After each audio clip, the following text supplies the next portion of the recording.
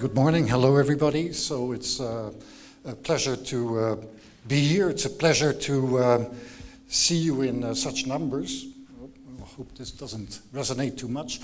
So my name is Kees van der Beek. I am representing here today the Paris-Saclay University and more particularly the Physics of Waves and Matter department of Paris-Saclay University, which has sponsored together with the Electrical and Optical Engineering department. So let me just briefly say a very few words about Paris-Saclay, which is a very large endeavor by 14 institutes of higher learning, universities, and also national research organisms to coordinate and to collaborate in building research infrastructure, the contents of research, as well as now university training and studies on the whole Paris-Saclay perimeter.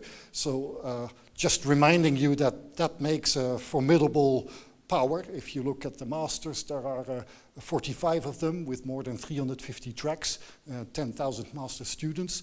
We are talking about some 6,000 PhD students in all.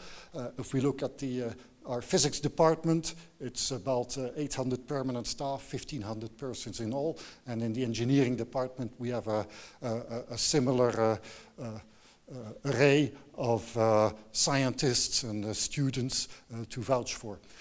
So among the actions to strengthen research in Paris-Saclay, so we have the 10 research departments. I have already spoken about 2 of them. There are also transverse initiatives, such as the Institut Pascal, which permits researchers to have simultaneous stays over periods from 4 to 8 weeks, and much like what is done in the Kavli Institute or in Santa Barbara to work together and do research together over a prolonged period of time. There are the D'Alembert chairs, so which are arbitrated by the departments, and of which Professor Andrew Kent is highly esteemed laureate, and we are receiving him today. So there have been so far 51 D'Alembert chairs over the last 3 years that have been allotted over the various scientific areas represented at Paris-Saclay. And we are very proud of welcoming the laureates, and we think that this is a truly fine instrument, not only to foster our international collaborations, but also in very many cases the interdepartment and intertopical research and collaborations in Paris-Saclay. So about physics and the physics department, so we have instigated also several common research programs. So there are the interdisciplinary research, strategic research initiatives of Paris-Saclay, of which one prominent one is the Spintronics initiative, which we have helped push, and in the light of which Andrew is also here. Then there is, of course, the support for regional and further funding. And I was very happy to hear that the Spintronics research had been granted the image spin proposal by regional funding this fall. So that was very good news indeed. So perhaps without further ado, I will first introduce Professor Andrew Kent. So we're very happy to have you. So you obtained your PhD from Stanford University in 1988. Went on to Geneva.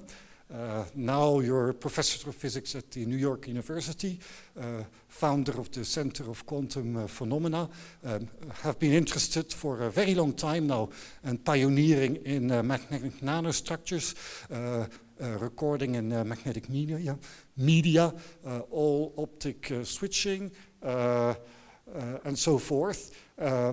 Everything related to high-frequency properties of magnetic devices, and I think this is the main purpose of your program here. You've also had very long-standing collaborations with C2N here and with the Institut Jean Lamour. There is an international associate lab with CNRS, which is important. So I think Daphne will say more about the collaborations before we hand you the microphone. So first of all, on behalf of the Physics Department, Physics of Light and Matter in Paris-Saclay, I would like to thank you for being here and for having applied to this chair. I think it's very important for our institutes and yours. So just to remind you of your stay in Paris-Saclay, we have some token gifts. So this is the logbook. So if you go back to New York, you will, while doing experiments, remember us. Then you have to you have to write in it. So there is the Paris-Saclay pen, and okay, we have some further things like the scarf and some reading. Thank you very much. Thank you very much. So I'll hand the microphone to the host. Okay. Thank you very much, Kees. So it's also a great pleasure for me to welcome Andrew Kent for this very special occasion and celebrate your presence in our laboratory for 2 times 3 months, so 3 months until now, and then additional 3 months next year. So let me first introduce the framework of our long and fruitful collaboration. So I met Andy almost, I think, 20 years ago. It was at a conference in front of a poster on domain wall magnetoresistance, I remember. And ever since, we have intensified our collaboration. So the first thing, we benefited from a partner university fund sponsored by the French Embassy in the US to start our collaboration. And this partner university fund was essential to promote the creation of this international lab on nanoelectronics. So at the beginning, it was in 2015, only C2N, University of Lorraine, and UCSD was involved. And then we inaugurated this lab in 2015 in New York with Albert. So thank you for being here, Albert, and the French ambassador. And then NYU integrated this international lab in 2017. So today is really a milestone for a very fruitful collaboration with many output, as you can see here. So together with these 2 US university and Institut Jean Lamour, we could benefited from 10 invited professor position, 10 project grants between the US and the French partner, in particular 2 ANR NSF project, more than 40 co-publication, 10 jointly organized workshops, and more than 30 students spend research time at partners university site. So today I'm very happy to welcome you and to welcome one great friend of France. So I put this picture. So Andy is a very good runner. So there are plenty of people here at C2N running, so you can also enjoy. So thank you everybody for being here. And I also want to give a special thanks to the Department of Paris-Saclay, FOAM and EOE for their support for the Spintronics initiative. So thank you very much, Andy.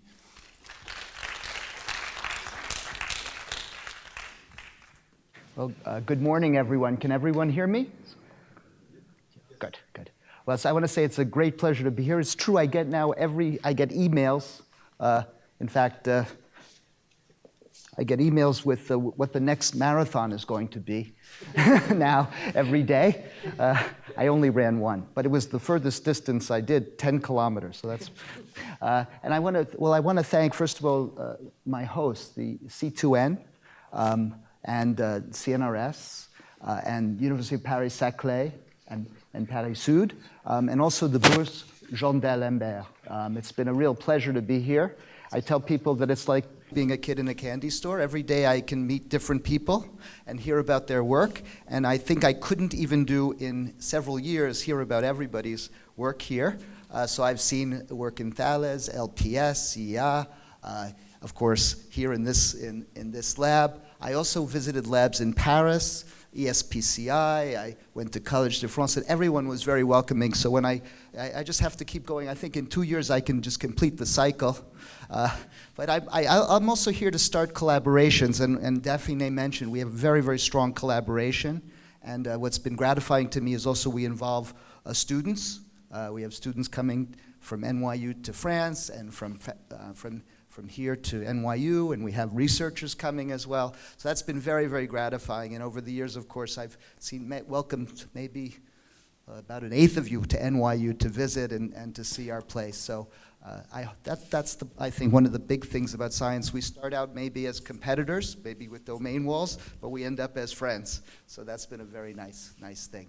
So with this talk, I didn't know exactly who the audience would be, but I know it's mostly people in my field, but that's okay. I'm going to sort of abstract a little and talk a little bit about maybe the bigger picture, at least try to. I'm going to talk about the bigger picture of what we're doing in magnetism and sort of the societal needs for our research. Those are in the area of really what we call big data and information processing, trying to meet the needs of society to assimilate data and make sense of it. And I'll tell you a little bit about the new physics devices and ideas that meet that challenge. I think that's part of that is the foundation for the International Lab, which focuses on magnetism and nanoelectronics. And in the last part of my talk, I'll tell you about what's happening at New York University in the Department of Physics and our Center for Quantum Phenomena, which is also associated with information processing. So I like this quote. I think people know Ralph Landauer. Landauer is very famous in the mesoscopic physics community. People who do transport on small structures know the Landauer formula, that if you know the transmission of electrons through a structure, you can compute its conductance, and so on. What's just as famous is the Landauer theorem for information processing, which tells you if you do information processing and you erase information, you have to pay some energy penalty.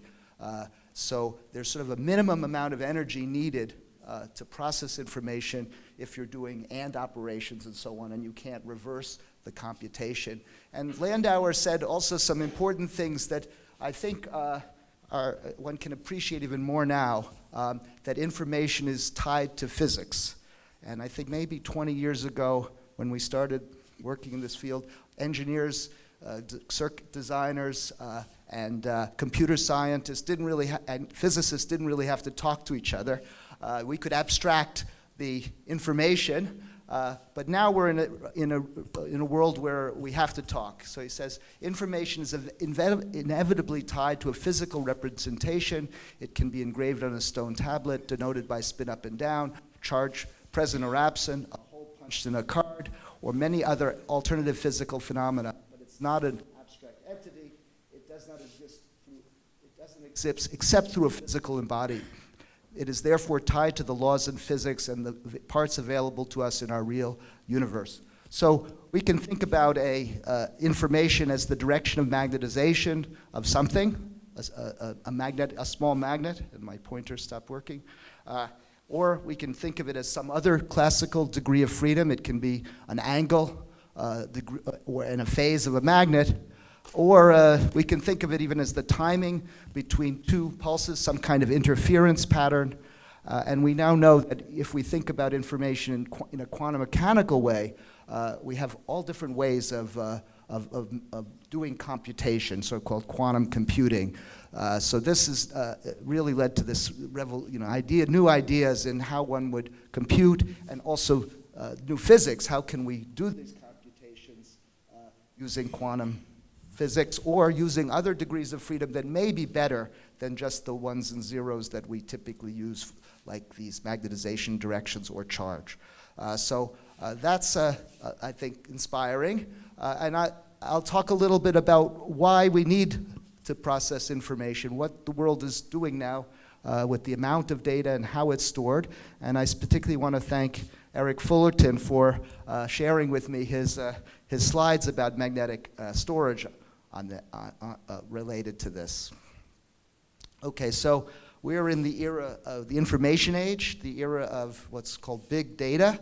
The idea is that we have many information coming at us from all different directions, and we have to make some sense of it. And I think the promise of big data is that we can make some sense of it and make good decisions based on information that may even be hidden in that data, that we might extract correlations that will help us save energy, or we might have correlations that would help us in the medical field. We may be able to train computers that do better than doctors in diagnosing diseases. And we may be able to make the RER run better. Who knows, you know, what could happen with information. So this is the promise. How much data? What's really remarkable is the amount of data we are now inundated with. 17 zettabytes, zeta 10 to the 21st bytes of information was generated in 2017, last year. This is 15 billion trillion bytes of information. That's an awful lot of information. It's really hard to even get your head around that information. So it's 480 terabytes every second of the day. So we can say that every several fractions of a second we fill up a hard drive. That's a lot of information. So we have to deal with these numbers, and this is doubling every 2 years. So there's a huge demand for processing information, and I think we kind of know why. We know that we spend a lot of time on our computers, we spend a lot of time on our smartphones, and we very rarely delete any information. So this information is shared. It's on Facebook, it's on Google, it's on our movies that we watch, and so on. And it's also, you know, associated with our portable devices. That is, we're constantly looking at information or sending people information. So we really have billions of people now who have access to the world's information, and that's part of it. And that's called the third wave of storage, how we deal with all of the information that's being processed. And the fourth wave, so the fourth wave, what is the fourth wave going to be, is when people are not in the picture anymore. It's when we have autonomous objects, or inanimate objects, that are going to be also processing information. It's going to be our self-driving cars, which generate a gigabyte of data every second. It will be the so-called Internet of Things, when objects are themselves interacting with each other, when our refrigerator tells us what we need to buy or sends our car to go get it. That will be, or the robots in our lives. So this is going to lead to huge, even further increases in information. So I think what has driven magnetism, this field of magnetism research, has been information, and that's how we store most of the information now. I think it's primarily in magnetic materials, and you could say that this is the so-called magnetic hard drive, where little bits of parts are magnetized in particular directions to store our digital information. So why magnetic? Magnetism has this very nice property that if you magnetize something, it can stay magnetized. And the charge typically doesn't, the magnetism can be robust, it can last as long as that little piece is stable, and you only need energy to read or to write the information. You don't need energy to maintain it. So that progression in magnetic technology has been very, very remarkable. In 1981, if you wanted a 1 gigabit drive, it was about 30 kilos, and you could buy it for $100,000. Companies were very happy. You could make it for $15,000 and sell it for $100,000. That's a good profit on each one. And now we have this, which has easily a gigabyte, more like 10 times that amount, and it sells for just $100, and the companies are making just pennies on the sale of those objects. So what you had in these systems were platters, each that held about 100 megabytes of data, and your access rate was, you could access the data at about 20 megabit per second, and the density was 20 megabits per inch squared. Over in the last 40 years, there's been this remarkable progression. You can now get 1.3 terabytes per inch squared, a factor of 100,000 increase. The data rates have gone up by a factor of 100, and probably the most remarkable thing is the cost has gone down by a factor of 1,000,000. So we really there's been a huge progression in the technology that's led to being able to buy a disk for your computer that's $100, and the same for a terabyte drive. This would be a mobile drive, but same for a desktop terabyte drive. So there's been this enormous increase, and the most remarkable things are the density increases and the speed and the cost. The speed has not increased so much. Even though you're writing this amount of information, it's still a mechanical device, so it still can take milliseconds to access the information. So this is the basics. The basics are rotating magnetic media, so you move the information around and you have something that reads the information, and the information is that you've magnetized a region of the material either up or down. And you can come back and sense the magnetic field, whether it's positive or negative, with a sensor that lives in this reader that flies over the surface. So it's really a marvel of technology. It's somewhat like old-fashioned record players, but very, very high tech. The disk spins at 7,000 RPM or to 15,000. It's effectively going about 100 kilometers per hour. Whoops.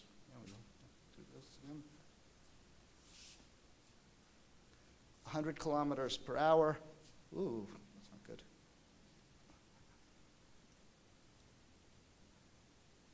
And it's flying 3 to 5 nanometers above the surface of the material. And it travels in 1 year the distance from the Earth to the Moon and back, and often lasts more than a year too. So that's good too. So this is, it's quite a remarkable progression. In terms of and the information is, if you zoom in on where that information, those magnetic bits are, this would be an example of a near state-of-the-art media. These little grains, the red might be magnetized up and the blue down. These little grains that are just several nanometers, 6 or so nanometers, are what store the information. And it's a marvel in terms of the materials, in terms of the sensing, and also in terms of the basically in terms of the computations that's required to extract information. There's a huge amount of error correction that goes into actually determining the states and of the information, just because you can see that these are not perfect lines. So there's quite a bit of noise in these processes. And so this shows the progression. Hard disk drives have always been a few orders of magnitude below the cost of a semiconductor memory, where information is stored in charge. And this progression is this factor of 10 to the 6th, this million factor.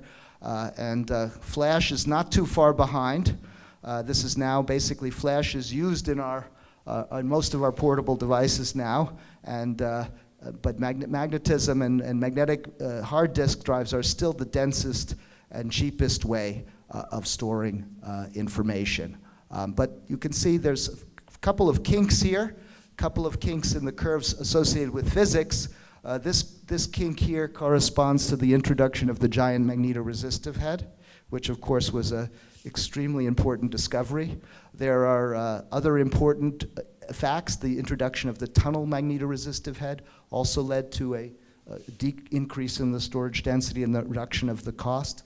But you see it's starting to plateau. We're reaching fundamental limits to our ability to manipulate materials and at smaller and smaller scales. And I'd say one of the big things is also the energy. It takes a great deal of energy to both process and store information. This is an example of a Facebook data center in Sweden. And you might wonder, why is it placed above the Arctic Circle? Why would you build something above the Arctic Circle? This generates a lot of heat. The other thing is that you need a lot of energy, and this has nearby one of the major power plants, hydroelectric power plants in Sweden, which generates almost 10% of Sweden's power. This uses about 1%, 10% of this source, so about 1% of Sweden's energy to store this information. And you can see the scale here. You have pentabits of RAM, and you have almost exabits of disk space. You need a lot of random access memory to interface to these hard drives, also because they're effectively slow. You can have a high data rate, but the disk has to go around, and you have to find the data, and that can take milliseconds. This is a big challenge, is the fact that as energy is a challenge as well as density. So this is the next big challenge we think is energy. It's power density, and energy. And this can drive a lot of research. This is an interesting fact that Eric told me. Google uses as much power as the whole city of San Francisco. So terawatts of power. That's a little scary to think of. Every time you do a Google search, you're boiling a cup of water. That's an amazing amount of energy that's going into computing and storage and so on. If you think about a supercomputer, and we always want to continue to improve the processing power, the predictive power, even of classical, conventional supercomputers. This is the Titan supercomputer at Oak Ridge National Labs. It's not the fastest right now, but it does 17.6 petaflops, floating point operations per second, and uses 10 megawatts of power. If we were to scale this up to exaflops, so to go to another factor of 10 to the third, we would be at the 500 megawatt level. So we'd be using energy from a small power plant. And here we can come back to Landauer and look at the progression of the information processing revolution, information technology. This is the world's energy production. These are our benchmark systems that are our supercomputers of the day, and you can see we will reach, if we just do an extrapolation, if we follow this exponential trend, we will cross that in 2035 or something. If it's clear, this is the fundamental limit set by Landauer if we stay with irreversible computing. So we still have lots and lots of room to go lower fundamentally in keeping the same kind of digital processing.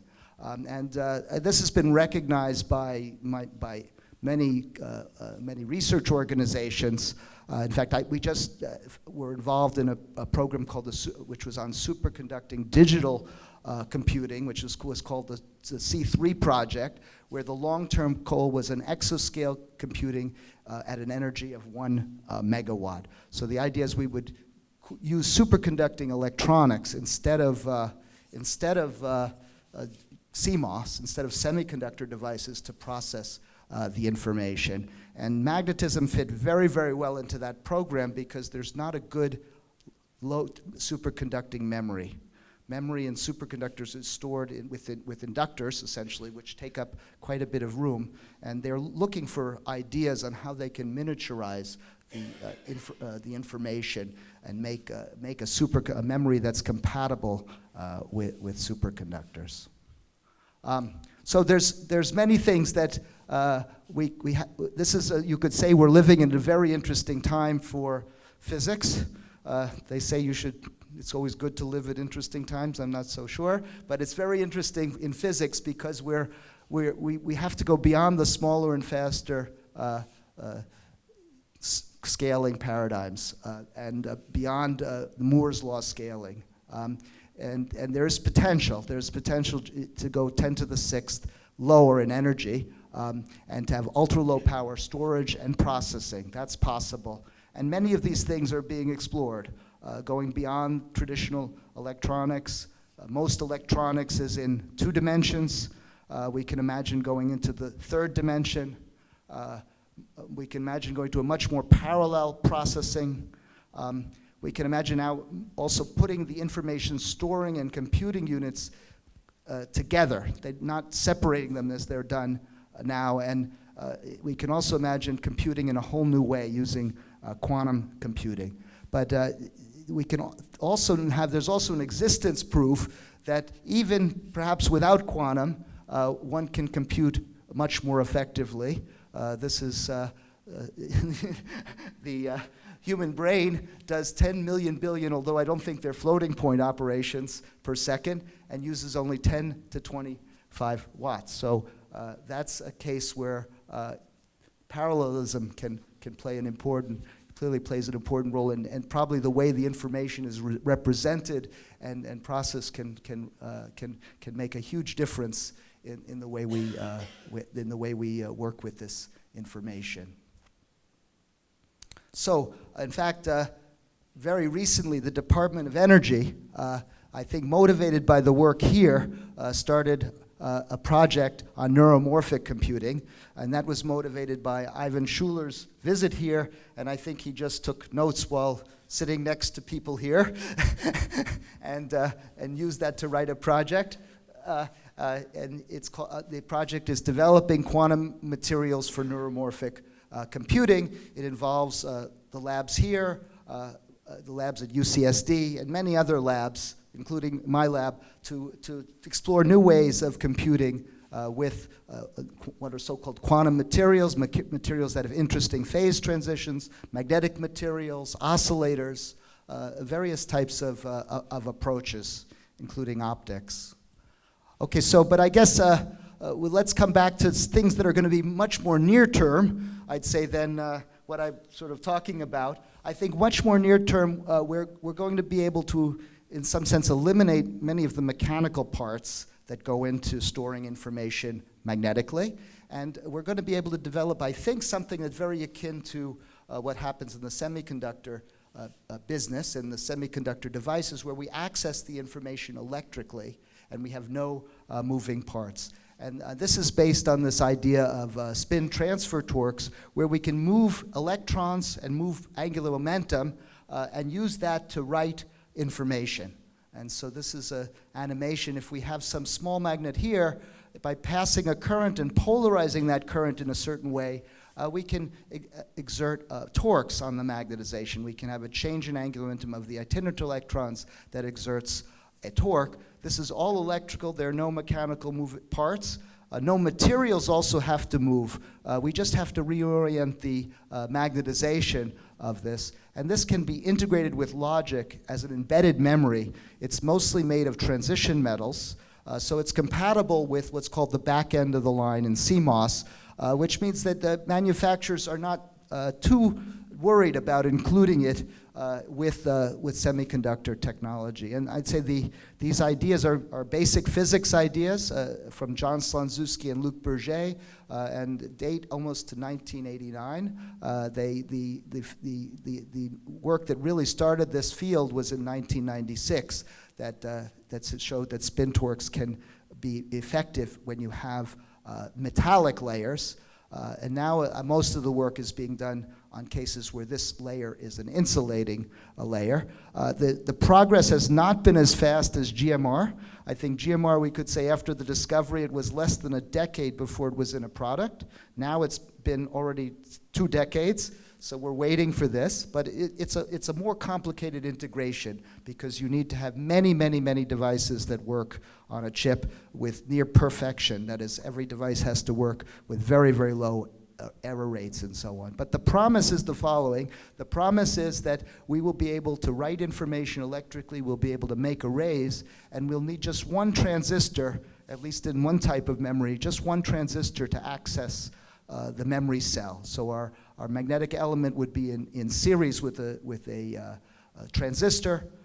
It can have unlimited read and write as long as we don't exceed some threshold that breaks the tunnel barrier. It can be persistent, that is, we only need energy to read or write. It can be fast, nanoseconds, and it can be radiation hard, which is interesting for space applications. So we use spin currents to write the information. It's really scalable to very small dimension. It has this very nice feature that you can switch very high anisotropy magnetic elements with rather low energy. So whereas as you scale down hard disks, you have to go and use magnetic fields. You have to use higher and higher magnetic fields to switch more stable elements. So it combines the speed of MRAM and DRAM with the non-volatility of flash memories, which have a finite lifetime. That is a finite number of times you can read or write. So in gross, where does this fit in? Our computer memory is up here. It's SRAM. It's the first level of cache. DRAM and flash are down here. They're lower cost, but slower.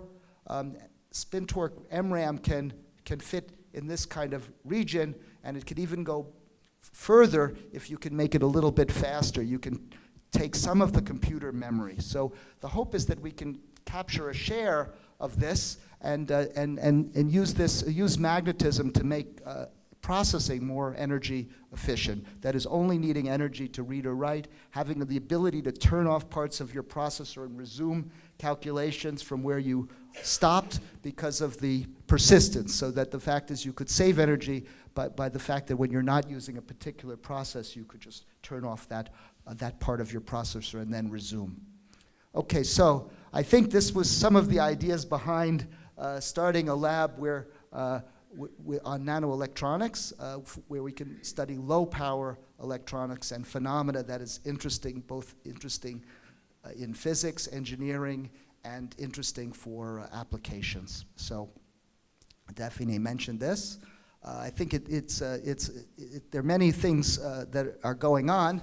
Of course, this is the way that information is stored presently and written is with magnetic fields.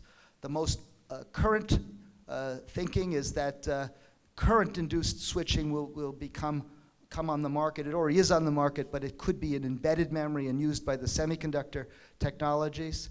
Of course, it'd be very interesting to go away from currents. Currents dissipate heat.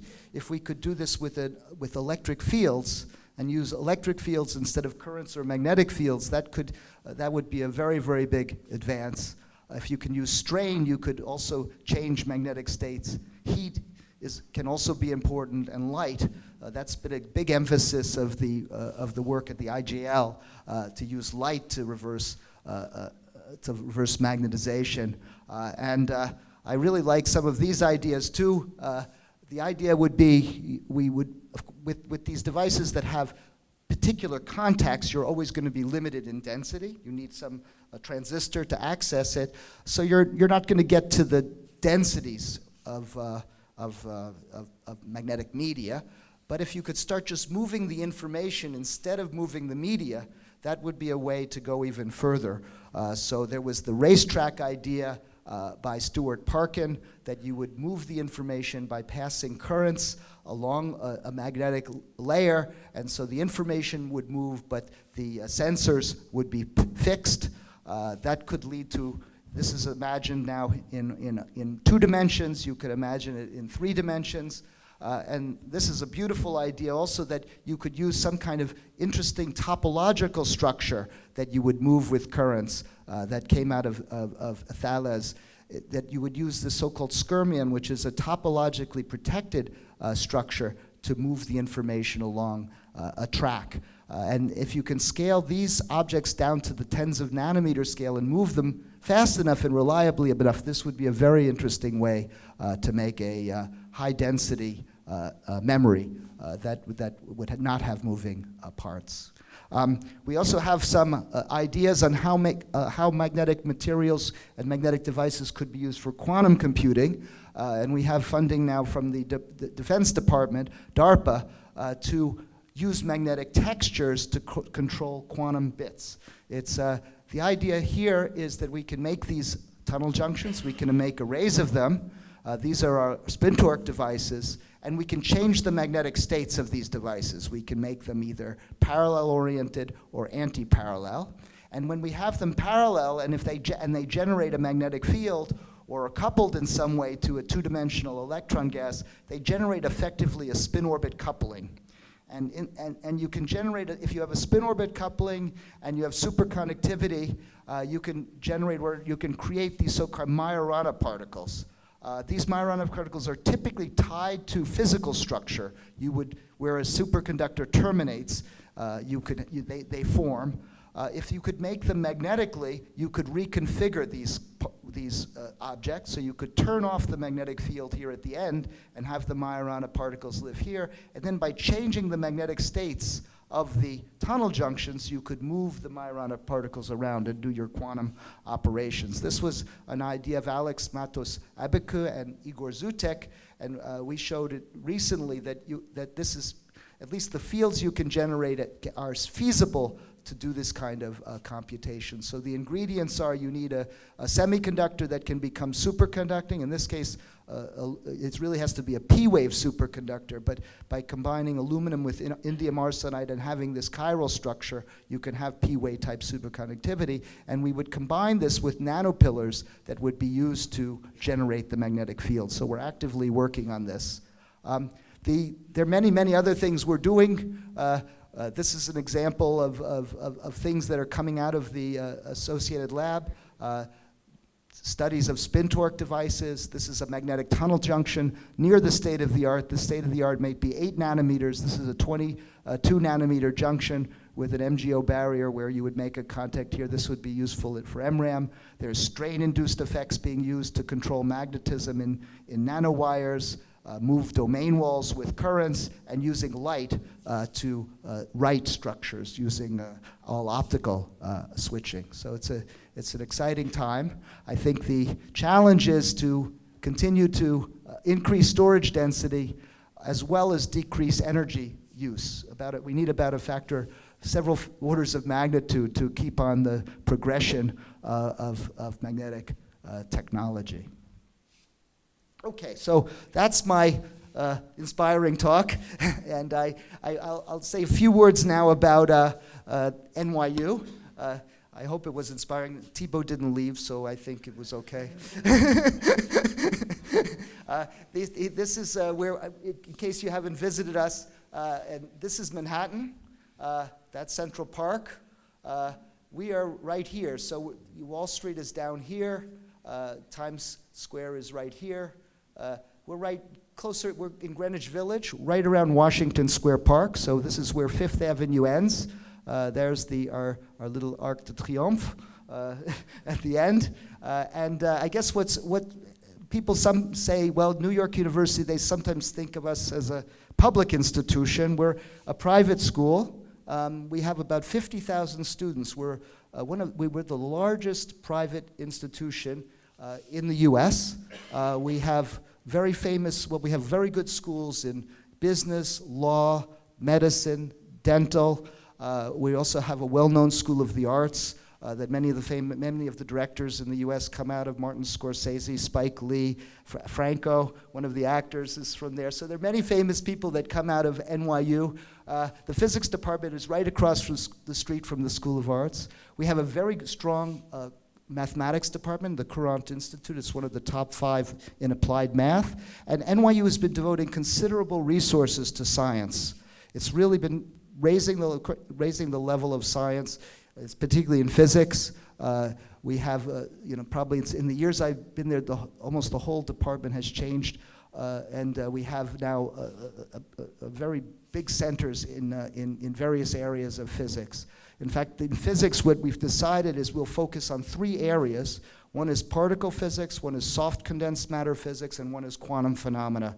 So not trying to cover every area of physics, but to try to have strength in particular areas. In soft matter, we have Paul Chaikin, who won the Buckley Prize last year for starting that field of soft matter physics. And we're hoping to have a similar impact in quantum phenomena. We already have a very, very strong group in particle physics at NYU. And another news at NYU is we acquired an engineering school. Basically 5 years ago, we merged with what was called Brooklyn Poly, and we started it was called NYU Poly, and then it became the Tandon School of Engineering. So this is in Brooklyn Heights, just across the Brooklyn Bridge from NYU. You can get there by subway, by metro. And it's a school where we now have NYU students have the opportunity now to do engineering, or engineering students have the opportunity to do sciences, and also we can build research collaborations with engineering. So that's an important development, and it's a school which is going to be expanding. It has about 100 faculty, and in the next 5 years we're going to expand by about 30% in engineering. So what's happening in physics? Well, we moved our physics department about a year ago, so I can appreciate actually the move that you had here. It's a big thing. We were across the street. We moved it to 3 floors on Broadway, which is in an old industrial building that goes a full avenue. So that has a very large floor plate. It increased our space by about 50% and enabled new types of basically enabled our center, and it enabled experimental physics. Our focus is on quantum thin film materials and devices, atomic, molecular, and optical physics, and research that explores connections to quantum information.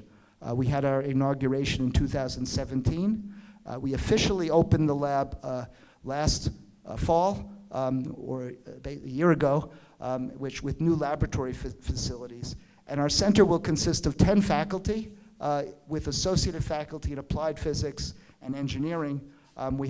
We just hired someone who does ion trap physics, who does quantum simulation, Jihang Zhang from the University of Maryland. He's going to start just next month. And we have 2 searches now, one for an experimentalist in this area and one for a theorist. In New York, Simons opened a new theory center dedicated to various aspects, but one is quantum condensed matter physics. And solving the many-body problem. It's being led by Antoine Georges, and we're going to have joint hires with the Simons Center, and there's also an ad out. We have ties to NYU Shanghai, and we have coordinated faculty searches at the NYU Tandon, where we want to make appointments of people in engineering and faculty in engineering to our center. What do we have? We have thin film definition and analysis system. This was acquired from support from the Moore Foundation and National Science Foundation. It's a mini version of the facility that's in Lorraine for doing materials and also analyzing materials. We can do thin film deposition as well as angle resolve photoemission. And we have several systems devoted to different materials. Topological insulators, of course, magnetic materials, magnetic multilayers, and there are many opportunities now to integrate materials and create interfaces, which we will study, which we think will have interesting physical properties. And this is my lab at NYU. We have facilities for high frequency, high speed measurements. We do a lot of ferromagnetic resonance spectroscopy, that's microwave spectroscopy. We do microscopy. We also have some materials characterization. We actually have a shared laboratory where we can do low temperature measurements, millikelvin temperatures, as well as characterization. Because we're in New York, we have to basically make very good use of space, so we share facilities to do this. This is one of our prize possessions here. We can do low temperature, high frequency measurements with a probe system, and we have several of these types of systems for probing magnetic devices. Okay, so this is our center now. So far with 8 faculty, and these are the people. These are some of our newest hires. This is Javad Shabani, who does indium arsenide superconductor heterostructures. This is Jihang Zhang, who will join. D.T. Mitra is one of the theorists in this area who does basically non-equilibrium quantum phenomena. And Paul Chaikin has some activity in superconductivity. And here we are in Washington Square Park on a nice day. There's the Arch, there's the Empire State Building, and this is my group, at least the group as it was a year ago in this past summer. So I want to thank you. I think there was a cartoon that came out in the 1930s. It was somebody it was a cartoon about Dick Tracy. Dick Tracy was someone who liked to use gadgets to solve problems and crimes. And this is my final slide. This was actually the caption. I just made a few little additions here, but and it's a little bit nationalistic. The nation that controls magnetism will control the universe. So that's why we have to keep pushing magnetism forward. And of course, my dream is that some MRAM will be in that watch. So let's see what happens. Thank you very much. In your deposition system, in this you have some selenium atomic, what is it called? Yes, we have one MB system that's devoted to solenoids. And there are two projects we plan to do there. One is to produce topological insulators, and the other is to do transition metal dichalcogenides. So to do semiconductors based on TMDs. So because of the selenium, we're dedicating a system to that particular purpose. Hello. You say that 3D is really going to 3 dimension is really the way we should go, as our brain does. But using a magnetic field is a problem because of stray field, etc. So that's one of the beauties of this. Thank you for that question. It's a very good question. That's one of the beauties of this spin transfer mechanism, is that you don't need it really is not working on magnetic field. It really works where the electrons go. So of course there can be magnetic fields generated, but if the elements are small enough, it's really the magnetic fields can be a small component of the response. You don't. So you don't need a magnet. Of course, when you switch the magnetization, that generates a magnetic field, but you don't need a magnetic field to create the switch. And you can do fancy things like make this effectively an antiferromagnet. So make it effectively have very small magnetic fields. So you indeed you have to worry about the magnetic fields generated from these individual elements. And so, but that can be important, but it will set some limits to the integration of this. And you also have to, what people in the magnetics community have done is also find out ways that you can compensate these magnetic fields locally. So now going 3D is a little bit tricky with magnetic materials because the change in resistance is still quite small, maybe a factor of 2 or 3. That's a challenge if you want to stack these elements in some way. That's a major challenge. But the idea of this racetrack and the skyrmions is that you could go into 3D by having your carrying your magnetic media be 3D instead of being on a plane. So that's the beauty of this idea here. Of moving skyrmions around, is that this material need not be in a flat plate. It can have some curvature. With the spin orbit torque, with spin orbit effects, you can avoid magnetic material. Even if you admit some skyrmions, they can be antiferromagnetic without giving any magnetic field. Mm-hmm. Yeah. Thank you very much. Yes. What are the limiting factors for spin torque MRAM? You say it's more complicated than previous MRAM. So what are the problems today? Okay, I'd say there. I guess there are several. What are the problems? I'd say with all of these magnetic devices, a big issue is stochasticity. So as you scale them down in size, they fluctuate. And I think that's true of all devices to some extent, but fluctuations in magnetism are quite important. And so these fluctuations can lead to errors when you write information.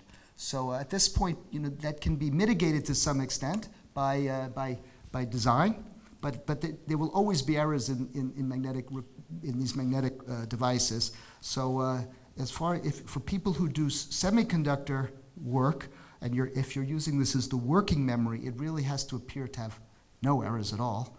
Otherwise, it will introduce, if you're doing billions of operations a second, it will introduce a lot of problems. So I think the challenge is to mitigate these errors in some way using error correction and building the devices well enough so that error correction can be effective, not create a big enough overhead. I guess the other aspects are materials and really creating the structures. I think we heard about the spin orbit torque devices.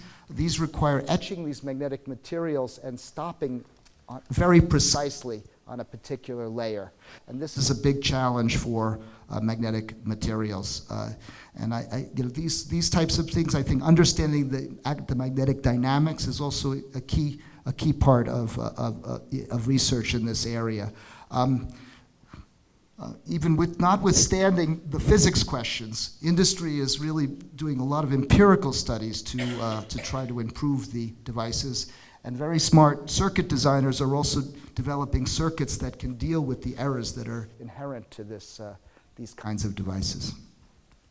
Can you tell us a little bit more about this project on using superconductors for computing, the one you have shown at the beginning of the talk? Oh yeah, the project. Oh yes, I can. Yeah. You mean about this one? This one, yes. Yes. So this was a project that was started 7 years ago by what's called by IARPA. IARPA is an agency of the Department of Defense that does research for the different agencies, and they'd made projections of the use of superconducting Josephson junctions, so-called EFRC. Energy efficient single flux quantum Josephson circuits. And I can give you the reference, there's a reference for the projections that I can give you. This involved several big companies. It involved Northrop Grumman, it involved IBM, and it involved Raytheon. And each had its own approach to the problem. With the goal of showing that it's feasible to build superconducting circuits at the density that's required to build a supercomputer. So in the US, the foundry became Lincoln Labs. That's associated with MIT. They have a superconducting foundry that does 200 millimeter wafers and Josephson junctions, and they were able to demonstrate large-scale Josephson circuits. And our part in the project was the memory. There were two types of memory we explored. One was the spin orbit torque memory, and the other was the magnetic tunnel junction memory. And the goal there is to have a memory that's low energy, that is low impedance, and that can be read and written with superconducting circuits. And I'd say, we made quite a bit of progress in terms of demonstration. And then now the question will be, is it enough for the agencies to go ahead with a bigger scale foundry? Basically, you need a dedicated foundry to do this kind of work. It seems that some industry is continuing. Grumman is continuing this effort. And my guess is that it will continue in some way. It's just the question of scale, this kind of project, what kind of scale it will continue. No, it's with low TC. It's niobium based. One of the superconducting foundries we used is Hypris, which does the voltage standard, and they're all based on niobium aluminum junctions. Is it 1 megawatt at low temperature or at room temperature? Oh, low temperature. And then there is a factor. There is 2 orders of magnitude larger at room temperature. Oh yes, well it doesn't work at room temperature. So, no. Yeah, it's really a low temperature. This would be not a portable device. It's a low temperature computer, so it would have to live in a cryostat. And this energy includes the energy of the cryogenics. So that is factored into the energy cost of the computer. So your computer is cold, and you access it through connections to room temperature. Okay, then it is about 10 kilowatts at low temperature. No, it's actually the cryogenic part. Remarkably, is a very small fraction of the energy. The cryogenics is relatively, is quite efficient, actually. But you have the second principle of thermodynamics. If you need to extract 1 megawatt at 4 key, you will need to extract 100 of megawatts at room temperature. Yes, no, I agree. I can point you to this paper which did these estimates of the power required, and including the cryogenics. But I agree completely with what you're saying. More question? You've talked of different avenues for reducing power consumption in electronic devices, computation, and so forth. So you talked about the spin caloritronics just briefly, and then the optical switching and integrated optic electronics. So what, in your view, can you share your view on which will, will be most, have the most impact out? I think that's very hard to say. You mean which of these different things that we're working on will have the most impact? I think that's really it's too early, I think, to know. I would say they're all quite interesting directions. I mean, I particularly think, as I mentioned, if we could do everything with electric field or light, I think that could be a big factor, big savings of energy. Currents, as I said, are most immediate, but they have the problem of dissipation. So what I would focus on personally, I think, is these things, and also the idea of really finding ways to move information. That's what I think are some of the most interesting ideas now with applications. Any more questions? Okay, so let's thank Sandy again.